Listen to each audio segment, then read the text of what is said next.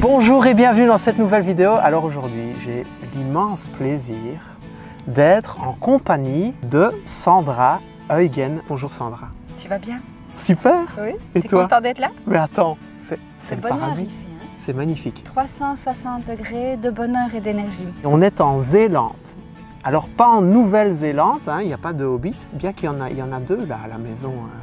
Des petits hobbits roux bien qui sympathiques. t'ont bien accueilli. On est en Zélande, donc c'est en Hollande. On est donc sur la côte hollandaise, en plein Zwin, réserve naturelle. Réserve naturelle, tout à fait. Donc on a la partie belge qui est représentée par Knokke-le-Zout. Oui. Et le Zwin est divisé en deux parties. Ici on est dans la partie sauvage, préservée, comme tu peux le voir.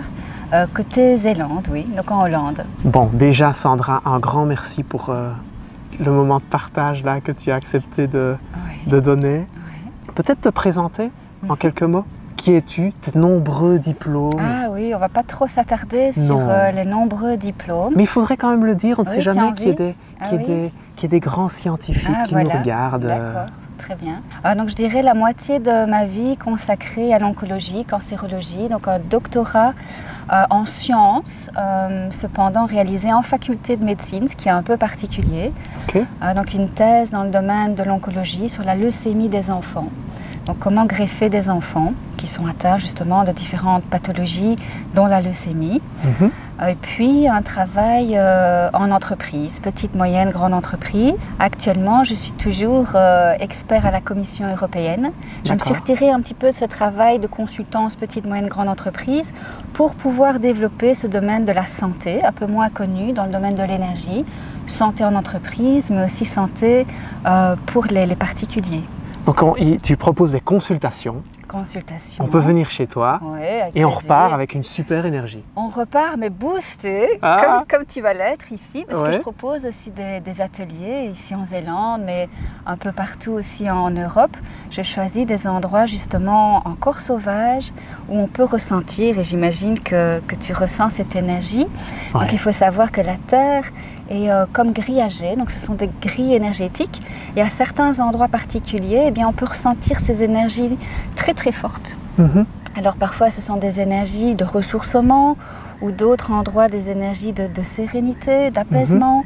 Donc en fonction des thématiques de santé toujours que je veux aborder, eh bien, je vais organiser les ateliers à différents endroits comme ça. Mais celui où je t'accueille aujourd'hui est un de mes, je dirais, de mes endroits privilégiés. Ah, quelle chance! Un de mes endroits favoris, Sandra. parce que c'est toujours vraiment ce côté sauvage, où il n'y a pas trop de touristes encore, toute la nature est bien préservée, donc c'est bonheur. Ah, mais complètement. Moi, je suis ici depuis hier, je suis en vacances. Oui, tu repartiras plus. Ça va être dur. Ouais, je suis ici jusqu'à samedi, alors tu es le bienvenu avec... Donc, énergie, j'ai envie de creuser ce sujet-là avec toi, Sandra. Souvent, pour aller vers une vie plus épanouie, plus sereine, plus heureuse, ce qui est intéressant, c'est de vibrer à une énergie plus haute, en fait. Puis on a un rôle d'aimant, on peut aussi attirer des personnes qui vivent eux aussi à une énergie plus haute. Et donc, ça donne un côté un peu exponentiel à ce qu'on peut rencontrer dans la vie. Selon toi, comment est-ce qu'on peut faire pour vibrer plus haut? Oui, alors c'est vrai qu'il y a un peu ce phénomène de course. Moi, je n'utilise pas le mot plus haut. D'accord. Parce qu'on peut avoir cette impression de toujours dans cette entreprise, cette société, pas de compétition, mais toujours aller plus vite, plus haut. Moi, je dirais qu'il y a effectivement différents taux vibratoires. On est déjà avec une certaine essence, une certaine signature énergétique dont on va dévier quelque part. Donc, on a, au cours de notre parcours de vie, on rencontre des circonstances qui vont peut-être un peu altérer, alourdir. Donc, des nœuds se créent. On a des champs électromagnétiques. Donc, notre corps est énergie, mais on a différents corps les 7 chakras, c'est ça? Entre autres, donc, les centres énergétiques correspondent en fait à des enveloppes. Donc, on a 7 dimensions de l'être, entre autres. On va simplifier ici. Et donc, c'est vrai qu'on va vibrer quelque part à une fréquence qui est différente de notre essence propre. Donc plutôt que toujours vouloir ce qu'on appelle plus haut, mais je comprends ta sémantique, hein, oui. Les personnes qui me consultent souvent ont cette demande, je dirais mais essayons peut-être de se recentrer et de se reconnecter à ta plus haute version qui est celle de ta nature, de ton essence énergétique. Donc c'est vraiment aller en profondeur.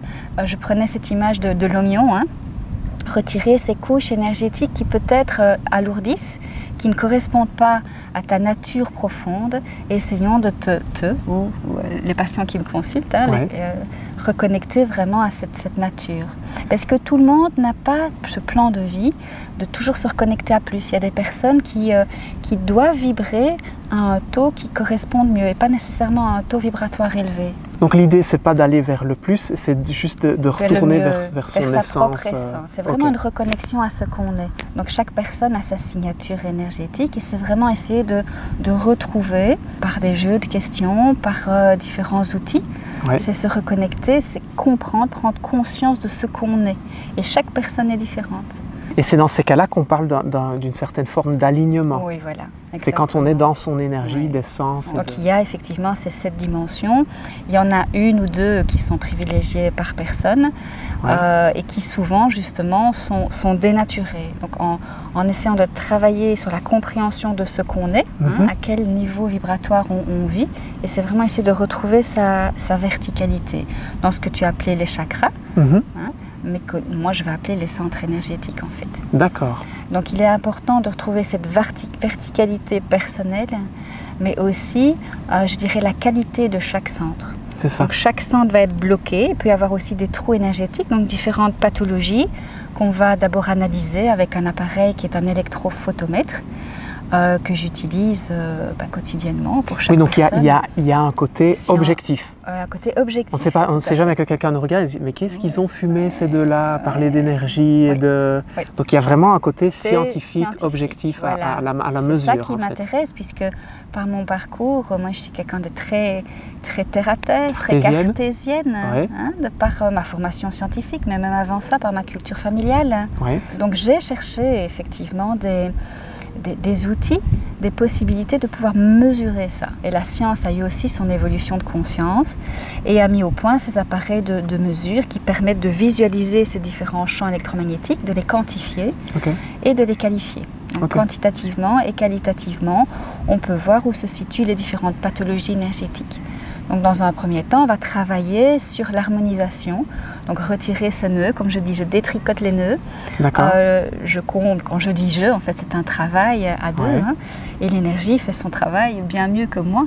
Moi je suis finalement un adjuvant, un vecteur, mais l'énergie de manière naturelle va venir combler les trous et avec un peu plus de puissance, vraiment balayer en fait les différents nœuds qu'on peut rencontrer et qui empêchent les différents circuits énergétiques qu'on appelle méridiens de remplir leur fonction primaire, c'est-à-dire vraiment te nourrir, te remplir de cette énergie. Et donc si je comprends bien, si ces nœuds restent présents de façon beaucoup trop longue dans le temps, c'est ce qui crée du mal-être, des maladies, d'accord. Donc là on est dans une santé holistique, c'est-à-dire on travaille à la fois sur le corps physique, mais aussi ce qu'on appelle le champ émotionnel, psycho-émotionnel, parce qu'on ajoute le mental, et puis alors le spirituel. Le spirituel, c'est le sens. Donc par exemple, je te donne un exemple comme ça concret, tu as des personnes qui ont dû reprendre le cabinet médical familial ou le cabinet d'avocat, donc ce sont des cultures familiales. Or, ce sont des personnes qui ont une essence créative et qui ne vont pas s'y retrouver finalement dans ce plan de vie. Donc il va y avoir un effort psychique, émotionnel pour essayer de s'aligner peut-être à une culture familiale ou a besoin d'être valorisé à travers cette culture et qui vont finalement créer par eux-mêmes en fait, par leurs décisions, leurs choix de vie qui ne correspondent pas à leur essence, leur nature profonde. Donc ils vont progressivement créer ces altérations, ces dénaturations énergétiques. Et là c'est ce que moi j'appelle le côté du sens de la vie, spiritualité. Que je travaille beaucoup en entreprise aussi. Il y a des personnes qui ont beaucoup de talent, beaucoup de capacités, mais qui finalement ne s'y retrouvent pas, donc tombent en burn-out ou en dépression. L'Office mondial de la santé, en fait, les chiffres étaient assez alarmistes, puisque d'ici l'horizon 2020, Il parlait de 80-90% de l'absentéisme au travail.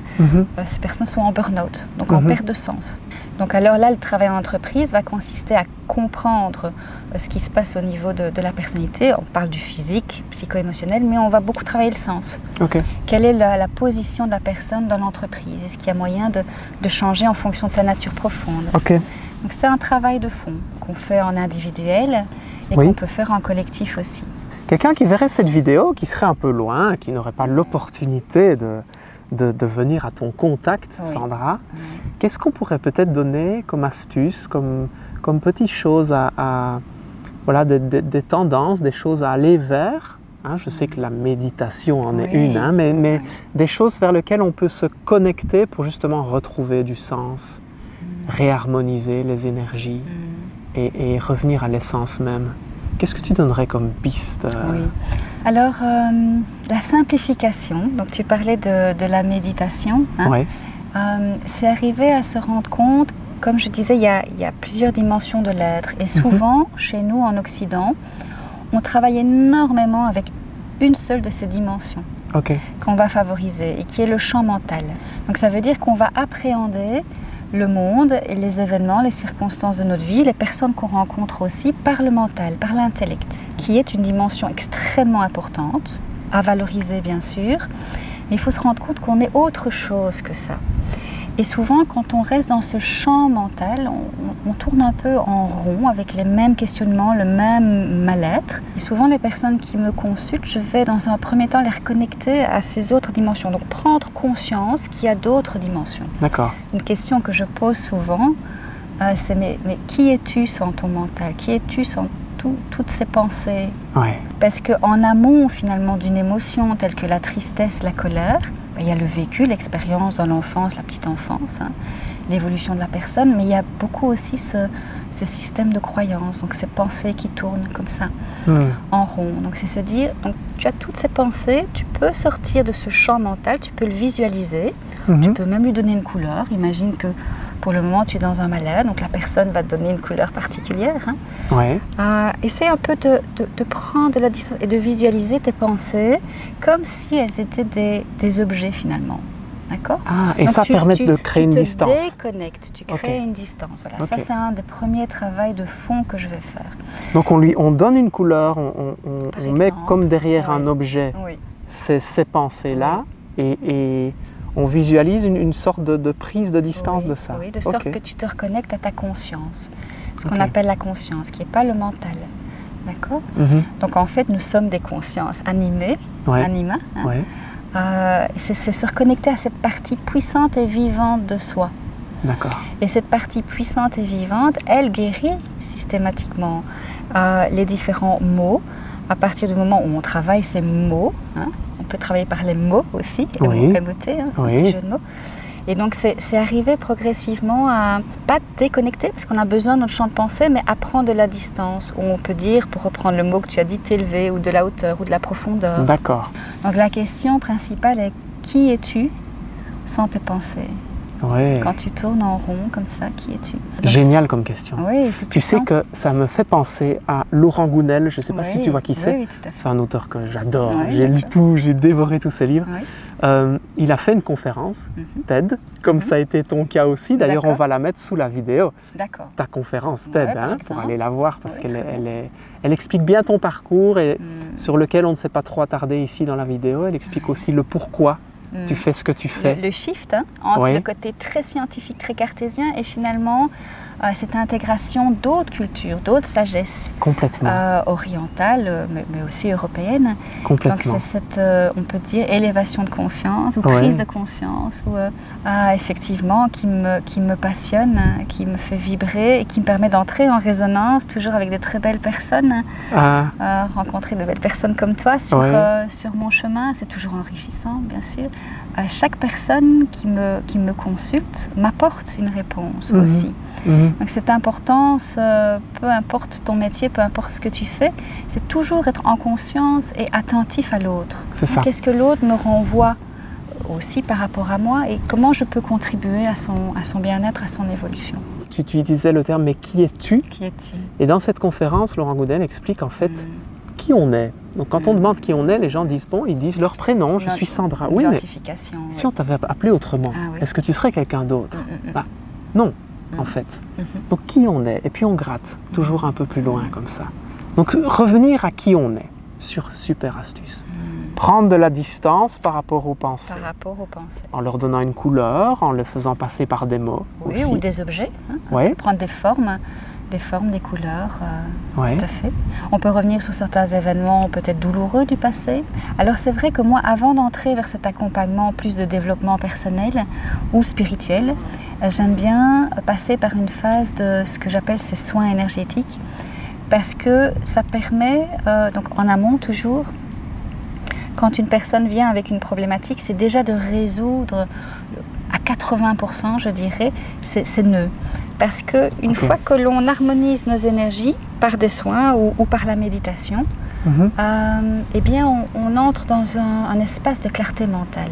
Et quand on entre dans cet espace de clarté mentale et d'épuration émotionnelle, eh bien on est déjà beaucoup plus proche de soi et donc plus proche de la solution, puisque la solution de chaque personne se trouve en elle. C'est ça. Donc le thérapeute va être là comme un exhausteur, un vecteur, mais le travail essentiellement est personnel. C'est du développement personnel. Je vois bien ce que tu veux dire. C'est une sorte de clarté, donc les nuages se dissipent, les choses deviennent plus claires. C'est une belle image, ça. Oui. Tu sais que moi j'ai ça quand je fais ma marche, quand je vais dans la nature, marche rapide, quand je vais dans la nature, et quand je pose. Tu sais, on a souvent l'urgence de faire des choses. Ça, c'est pas encore fait. Ces mails-là, j'ai pas encore répondu. Tous ces messages-là, j'ai pas encore répondu. Et quand on se pose, juste là, comme ça, ici et maintenant, ça devient plus clair. Tout à fait. Les nuages, le soleil est là. Se dissipe. Le soleil est là. Donc ça, c'est essentiel. Tant dans la méditation que dans la méditation énergétique. Donc il y a une petite différence. Méditation de pleine conscience qui est je dirais maintenant largement répandue, même chez nous, proposée en termes de formation dans les universités, qui a été introduite notamment par Jon Kabat-Zinn, qui a fait beaucoup de travaux scientifiques qui ont ouvert cette voie de conscience, même scientifique, ça c'est important. C'est se rendre compte en fait que l'énergie, ça c'est un élément clé, c'est une petite pépite que je te donne ici aujourd'hui, et aussi les personnes qui vont visionner la vidéo. C'est en fait chaque personne est capable de canaliser cette énergie. Donc entre toi et moi, on pense que c'est du vide. On peut faire aller nos mains, on sent le vent traverser. Mais en fait, la science démontre clairement, depuis une dizaine d'années, donc que tout est énergie, mais le vide également, entre toi et moi, c'est rempli d'énergie. Donc ce qu'on appelle l'énergie de vie. Les traditions ancestrales, même bien avant Jésus-Christ, qui est notre référentiel chez nous, connaissait déjà, en fait, c'était une connaissance ancestrale, que tout est énergie, et le vide est rempli de ce qui, cette énergie de vie, et chaque personne est capable de la canaliser de manière intuitive, innée, puissante et naturelle. Alors du moment où on se rend compte qu'on est capable de canaliser cette énergie, je dirais qu'il y a 3 étapes. Donc la première, c'est d'être vraiment dans cette ouverture de conscience. Si on est dans une forme de doute, c'est comme s'il y avait des petits nuages qui revenaient devant le soleil. Donc c'est d'être vraiment, je dirais, ouvert par rapport à cette approche, cette capacité innée et personnelle à canaliser l'énergie et revenir à l'instant présent, comme tu disais. Donc c'est-à-dire, c'est un petit peu dompter l'esprit qui souvent part comme un cheval au galop, il part dans le passé, il part dans le futur. Donc c'est vraiment apprivoiser en fait notre esprit pour le centrer. Et tu vois, quand je dis centrer, je reviens à cette verticalité. Ah oui, complètement. C'est vraiment le centrer dans le moment présent. Être en pleine conscience du moment présent. Donc il y a beaucoup d'approches, la pleine conscience en est une, il y en a d'autres. Les personnes qui ne sont pas vraiment, je dirais, ou qui n'aiment pas rester en place en méditant peuvent marcher. Il y a des méditations marchées, parce que toi tu aimes la marche. Mais je dirais même que chaque acte au quotidien peut devenir une pleine méditation du moment présent. Il y a un petit truc qui est génial à ce niveau-là. Ouvrir les sens. Ouvrir les sens, oui, ça c'est juste la pleine ça. Conscience, oui. Tiens, qu'est-ce que j'entends, qu'est-ce que je vois, qu'est-ce que je sens, qu'est-ce qui est le contact du sol. Et là, quand on prête son attention vers ça, on n'est plus dans ce flot de pensée en fait. On est dans le moment. On est dans le moment ce qui se passe là. Alors ce qui aide beaucoup aussi, c'est revenir au sens, donc au physique. Revenir aussi, tu peux observer tes pensées, tu peux observer le rythme cardiaque. Donc on fait des exercices en atelier, ici d'ailleurs, hein, de cohérence cardiaque, cette capacité à revenir au moment présent. Et donc c'est vraiment fluidifier les différents systèmes physiologiques, de sorte qu'ils se verticalisent, c'est-à-dire qu'ils sont en synchronicité. Et là on voit tous les effets en fait au niveau du système nerveux central, périphérique. Sympathique, parasympathique, on voit la fréquence cardiaque. Avec un électroencéphalogramme, on peut voir aussi que les ondes cérébrales se mettent en fait à vibrer, on peut dire ça comme ça, être dans le même cycle, en synchronicité avec les autres systèmes physiologiques. Et là tu retrouves vraiment un espace de santé holistique. Donc c'est se rendre compte que l'énergie, elle est ici et maintenant. Elle n'est pas en partant dans le passé, ni en se tracassant d'événements qui ne sont pas encore arrivés. Donc c'est vraiment revenir au moment présent, en pleine présence de ton essence par exemple, le battement de ton cœur, ta respiration. Alors ce qui est très puissant, c'est ensuite tourner ce regard qu'on va poser même à l'extérieur, le tourner vers l'intérieur. C'est vraiment là en fait que tu te remplis en énergie, parce que l'énergie, quand tu arrives à la canaliser en étant en pleine conscience, en méditation ou autres techniques comme le Qigong, le Tai Chi, eh bien tu es pleinement dans ton mouvement de vie et si tu veux, cette énergie, elle va suivre ton regard. Elle suit le regard de l'esprit. Donc si par exemple tu as une pathologie, une douleur, et que ton regard de l'esprit est constamment tourné vers cette douleur, tu la nourris. Donc, oui, elle grandit. Cette douleur prend tout ton espace de vie. C'est ça. Donc c'est se rendre compte qu'il y a d'autres dimensions de l'être.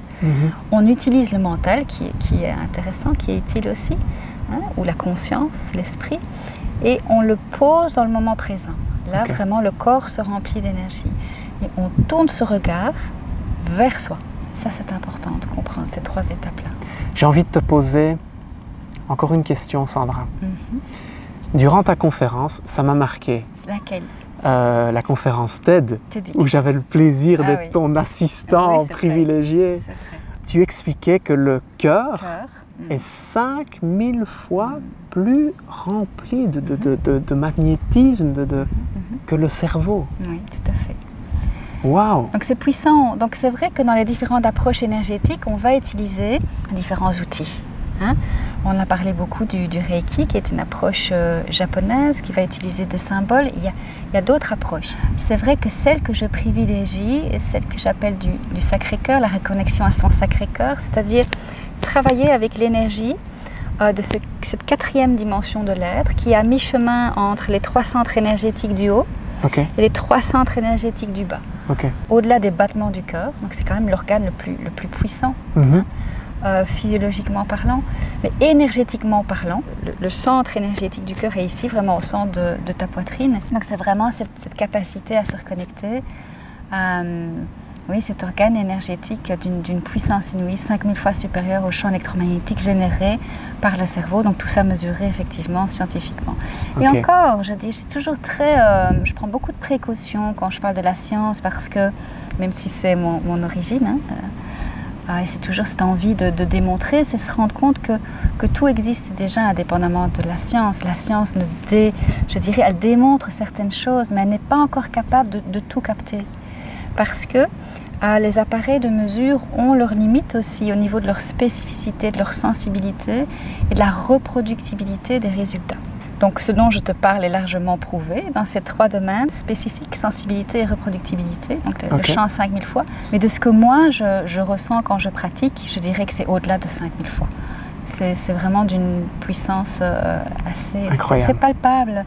Les patients qui viennent ressentent l'énergie. Alors ils vont le décrire de manière très différente en fonction de leur vécu.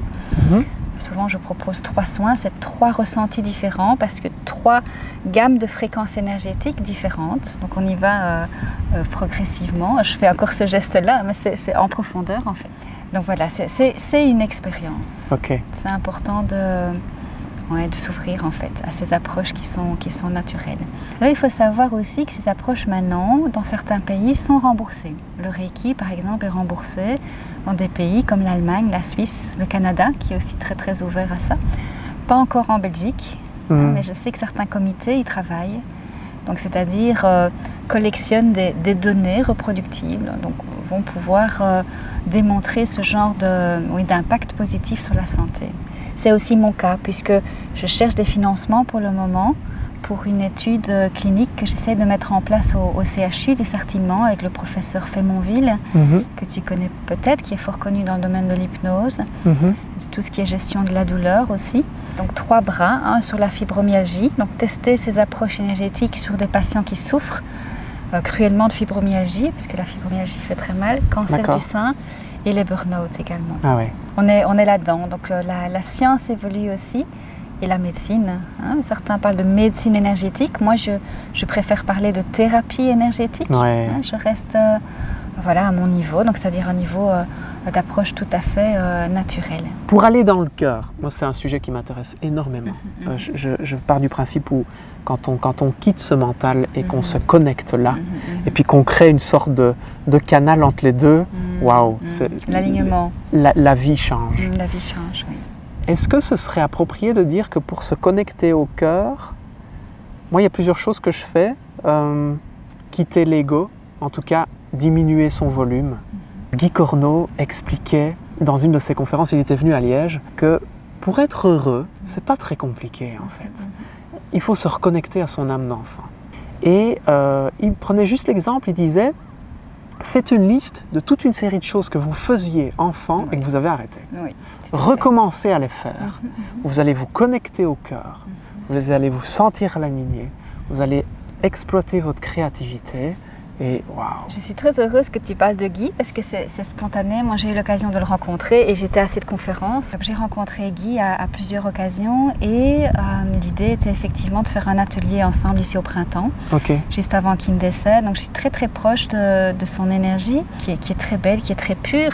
Mais il faut savoir aussi que ce dont tu parles, c'est particulièrement vrai quand la signature énergétique de l'individu est celle du cœur. Comme je te disais, il y a 7 dimensions de l'être et en fonction de ces dimensions, de ta propre essence, ta propre signature énergétique, on va avoir des outils différents.